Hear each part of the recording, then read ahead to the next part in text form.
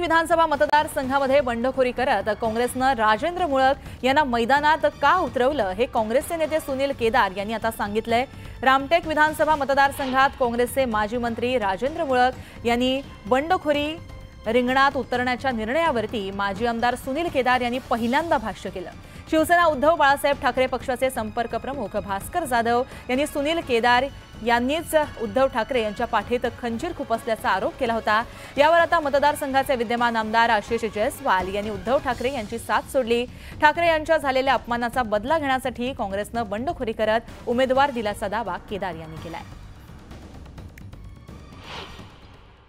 उद्धवजी, आम्ही एवढं सांगतो आपल्याला की आम्ही त्या रस्त्यात चाललेलो आहे ज्या माणसानं तुमच्या घरी नमक तुमचं खाल्लं, त्या माणसानं तुमचा जो अपमान केलेला आहे त्या माणसाला त्याची जागा दाखवण्यासाठी आम्ही भूमिका त्याकडे घेतलेली आहे।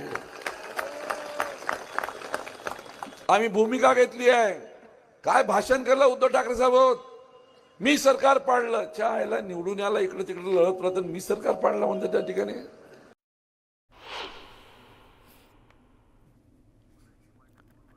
तर याबाबत आपल्याबरोबर प्रतिक्रिया देण्यासाठी उदय तिमांडे आपल्याबरोबर आहेत। उदय, खऱ्या अर्थानं मुळकांच्या उमेदवारीवरती केदारांनी हे भाष्य केलेलं आहे, मोठ्या प्रमाणात स्पष्टीकरण दिलंय, काय अपडेट, काय सांगाल? तर नागपूरच्या रामटेक विधानसभा क्षेत्रामध्ये सांगली पॅटर्न होतं अशी स्थिती निर्माण झालेली आहे। कारण तिथं उभाटानं आपला उमेदवार दिला असतानाही काँग्रेसचे जिल्हाध्यक्ष राजेंद्र मुळक यांनी आपला उमेदवारी अर्ज भरला होता आणि काही दिवस अगोदरच ज्यावेळी भास्कर जाधव तिथं उभाटाच्या प्रचारासाठी मवियाच्या प्रचारासाठी आले होते त्यावेळी त्यांनी सुनील केदार यांच्यावर टीकास्त्र सोडलं होतं।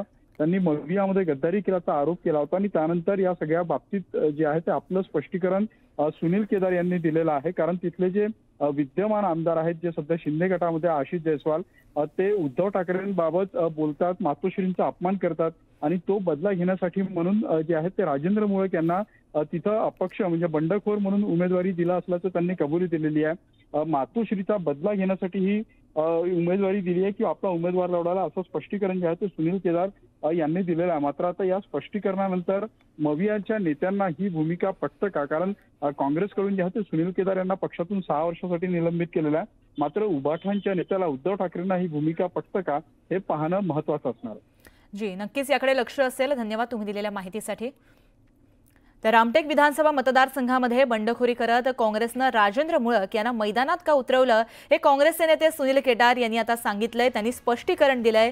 रामटेक विधानसभा मतदारसंघात काँग्रेसचे माजी मंत्री राजेंद्र मुळक यांनी बंडखोरी रिंगणात उतरण्याच्या निर्णयावर माजी आमदार सुनील केदार यांनी पहिल्यांदाच हे भाष्य केलं।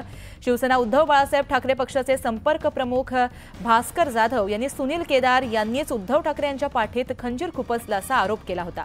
आता यावर मतदारसंघाचे विद्यमान आमदार आशिष जयस्वाल यांनी उद्धव ठाकरे यांची साथ सोडली। ठाकरे यांच्या झालेल्या अपमानाचा बदला घेण्यासाठी काँग्रेसनं बंडखोरी करत उमेदवार दिल्याचा दावा सुनील केदार यांनी केलाय। त्यामुळे मोठ्या प्रमाणात राजकीय वर्तुळात चर्चेंना उधाण आलंय। ठाकरेंच्या पाठीमध्ये खंजीर खुपसलं नाही असं केदार यांचं स्पष्टीकरण आता समोर आलंय। अपमानाचा बदला घेण्यासाठी उमेदवारी दिली, मुळकांच्या उमेदवारीवरती केदारांनी भाष्य केलंय। सुनील केदार यांनी पहिल्यांदाच स्पष्टीकरण दिलंय।